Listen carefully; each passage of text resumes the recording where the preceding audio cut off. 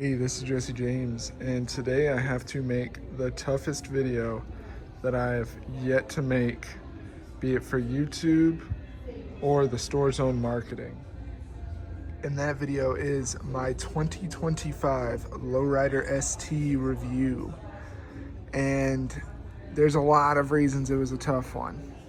Some of those things are Harley got a lot right with this bike. And then there's some things that as a owner of a 2023 Lowrider ST, I'm not crazy about.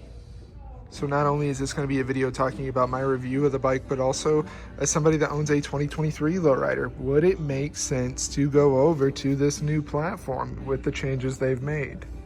Let's talk about it. So starting out in the front, you'll notice that we have a different wheel.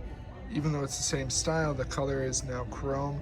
We're finally getting away from all the bronze accents. I think that was something that had been played out, like we were almost doing that for a decade with no changes. So I'm glad to see that chrome is now an option. And I personally like the chrome better than the black. Another big change is you'll notice the valve stem for the tire pressure is now facing outwards. A whole lot easier to get to from a pure quality of life standpoint. But another thing is this bike is going to have tire pressure monitoring.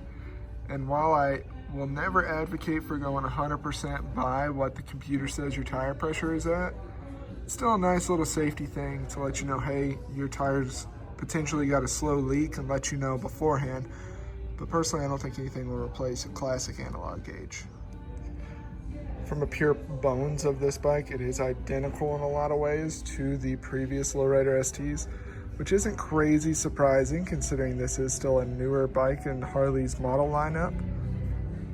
We have made a couple little accent changes, such as that blue windshield. That's actually my sales manager, Jonathan's. He gave it over to this bike while we put that Saddleman seat just to show it. Also, you'll notice there's LED lights now here in your filament. Bulbs were here before for your turn signals. These are also no longer running lights. So whenever the headlight and bike is on, you'll notice your turn signals are going to be off. This is a big change over the previous styles. Previously, you would have a running light here. It would be amber. I wasn't a big fan. I think it made the bikes, like its ergonomics and look was different. But it is your turn signal and plenty bright.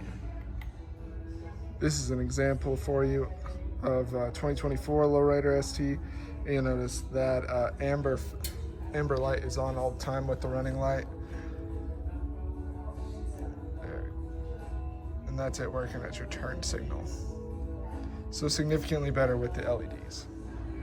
So we've also got a new badging introduced in the 2025 model lineup for specifically chrome. If you are on a chrome bike, we've got this winged logo. I'm not sure what the motor company's calling it.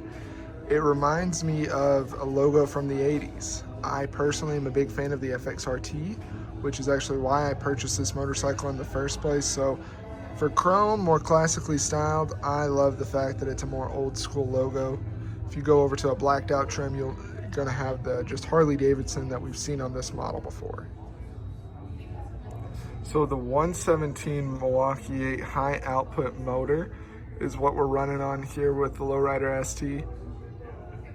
I was impressed with it. The motor itself is something that I was impressed with, which is something I really wasn't expecting. As I think I've mentioned before, whenever it comes to motors, I thought with the 114 we were getting plenty of power, and at some point it just doesn't make sense to keep going up and up and up, especially since we could get up to a 131 or a 135 on these bikes. That engine though, whenever you get around $3,000, that's whenever you're first starting to actually run it. And it really comes to life at that $3,000. Like I'm talking, putting you in the back of your seat come to life compared to the previous 117s. So you're still gonna have an oil-cooled element on the Lowrider STs.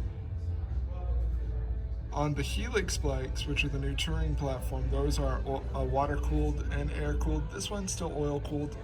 As somebody with a 2023 Lowrider ST, I never felt like the engine got that hot to warrant going to anything bigger. And obviously the motor company felt the same way. Another big feature on this bike is the fact that from the factory now you're getting a 2-in-1 exhaust. Haven't ridden on it now and like really like not beat on it like it's my own bike, but get up there in the power band. I'd still want to go something aftermarket. The look I'm not crazy about, but I would still do some sort of like 2-in-1 Bassani. Chromeworks makes a good 2-in-1, or Tab. But that's just my thoughts. Let me know what yours are below. We have added a Saddleman onto this bike. Saddleman, very popular Thrashing Supply, has made this a very popular seat. Stock wise, you are going to be getting the same seat that was available before on it. There's been no changes there. One of the things I do like about this redesign is a lot of the parts that worked previously on the Softail platform still work. So if you do decide to go over to a Lowrider ST in the 2025 model lineup and you have one from 2022, 3, or 4, and you want to keep a lot of your parts, you can do so and it fits just fine. So this is a very big thing, the even bags.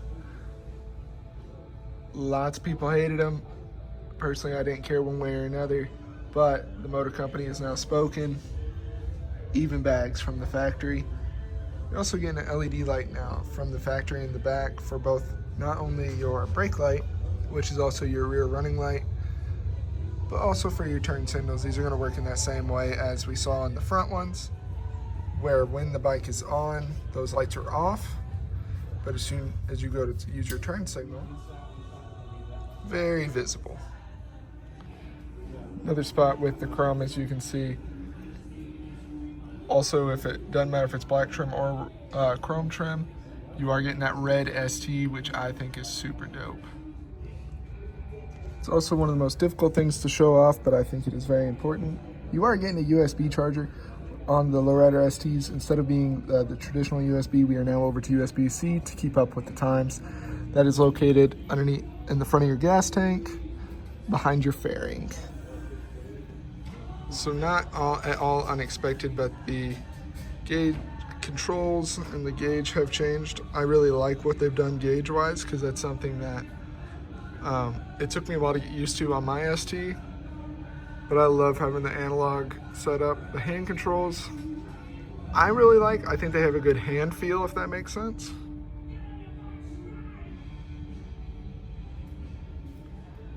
For the controls themselves, that's what it looks like whenever it's powered on. Instead of doing a speedo through there, I personally would have liked RPMs instead, but they didn't consult me whenever they designed it. The RPMs are what I gotta set it on right now so that you can still see, and it's fairly accurate. It's exactly like it was on the 2022 through 2024 Lowrider STs. You'll notice that is your ABS and traction control lights going off there. And once the bike starts moving, just on like on the touring bikes, those will turn off. That's a brand new thing for the Softail platform for this year, and I really dig that aspect. You'll also have your different modes, such as road, sport, and rain. Those 3 modes are going to work very similar to what we are seeing on the touring and change the ride dramatically. Hey, so this is editing Jesse here. So something that I didn't learn until literally the night before I was putting all this video together is, so with this 117 high output that we have on the Lowrider ST and the S, you are actually going to be having a different cam and cylinder heads on this bike. The cam is dang near identical to the same cam that is on the Road Glide CVO ST, and the heads are also reshaped as well for the performance aspect to it. So something I wanted to really point in there, because that would explain a lot of why this bike around 3,000 RPMs wakes up. It's really meant like more around the 5,000 RPM. So this is a high RPM bike. Figured I'd throw that in there because I thought it was super cool. Now back to Jesse at the time of making this video. All right, now on to the actual test ride, how I felt about it when I was in the saddle.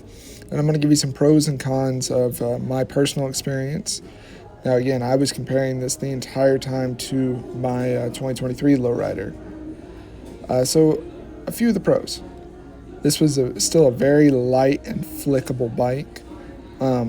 I really don't think it's a stretch at all for somebody to go to a Lowrider ST as their starter bike, and especially with the different ride modes, which is another plus of this bike. It is very like beginner friendly. You don't have to start on an 883. You can start on a Lowrider ST, put it in rain mode, and you're going to be good. Those ride modes actually had very distinct different feels. And it was a whole lot of fun. Road mode was very like cut and paste from the previous Lowrider STs. Rain mode was very like getting into it, not gonna get away from you. And sport mode was a whole bunch of fun. A con of it though is I felt like that suspension that has been tweaked for that 117 high output was very stiff.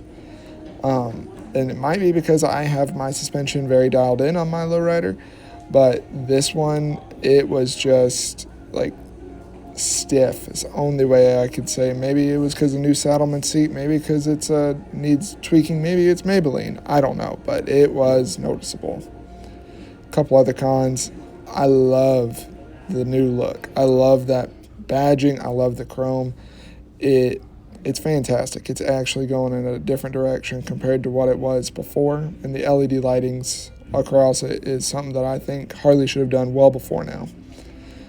Another cool thing is that 117, I know I mentioned it earlier, but whenever you get around 3,000 RPMs, it just goes. Like I got over onto the highway and got around 3,000, and I was just laughing because of how much fun I was having whenever it put me in the back of my seat. So that 117 high output, distinctly different feel. Another con is engine noise. That air breather, where it's bigger, you're hearing way more of the engine, and with a stock exhaust, you were just hearing that engine noise the whole time. So you have to change out the exhaust just so you're not hearing it. Like it is quite overpowering. All right, now on to the different colors and things that are available for the Lowrider ST in 2025. First, you'll see there that your starting MSRP is at $24,199. That is not including freight and setup, so just don't be surprised by that at your local dealerships. This is the baseline though, billiard gray on chrome. I'm personally not crazy about the blue accents on the gray, because there's nothing else really working with it, and it just stands out a little bit too much for that decal. But you know what they say about opinions, everybody has one. But yeah, so this is your baseline bike, no charges for chrome or for the billiard gray. Personally, I wonder if I would have just the black Harley Davidson written in there versus the wing logo, or maybe do just black outline or gray outline.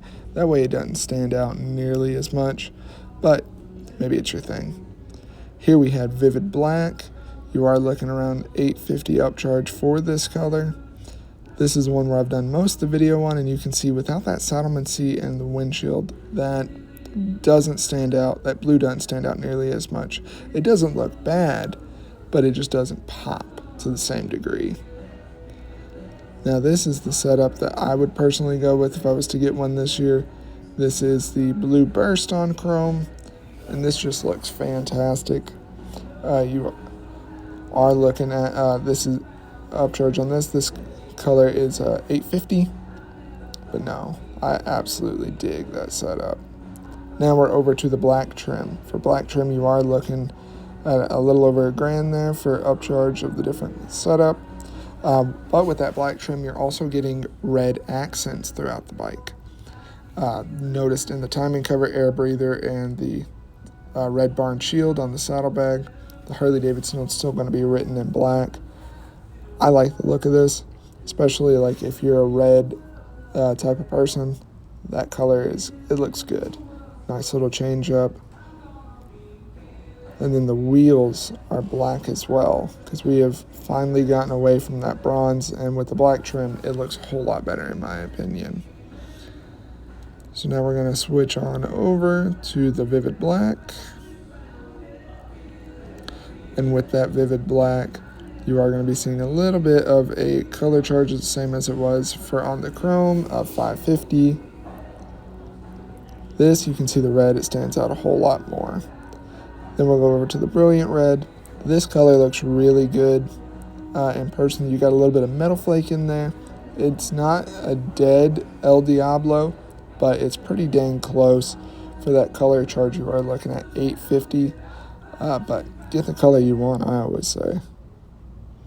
Here we have Iron Horse Metallic, and this is one that I've now seen the color in person, and it's a good color. It's not just a really good name. Those red accents throughout it really pop on this, and you got a good amount of metal flake. 850 for that color. Now this is the Midnight Firestorm. This is the one where I'd have to see. I don't know if this color would work. I like Ghost Flames. I like the black and the red and the way it all mixed together. And this is coming from Harley's new premium paint division, but we'll see. And that is going to do it for my review of the 2025 Lowrider ST. This was by far one of the hardest ones I've had to do, just because I am so passionate about this bike. I enjoy this bike so much. So reviewing it and nitpicking it was kind of hard for me. I hope you enjoyed the video. I hope this was educational for you. If you haven't gotten the opportunity, go out and ride on one of these. They are a lot of fun, be it a 2024, 2025. I don't think you've got a bad option either way. Each bike does something that the other can't. More than anything, though, I want to thank you for watching this video today. If you enjoyed this, please consider giving it a like. And if you want to see more of this content of reviews, but also some behind the scenes of what it's like working at a Harley dealership, consider giving a subscription, because that is what we do around here. But I'll catch you out there riding.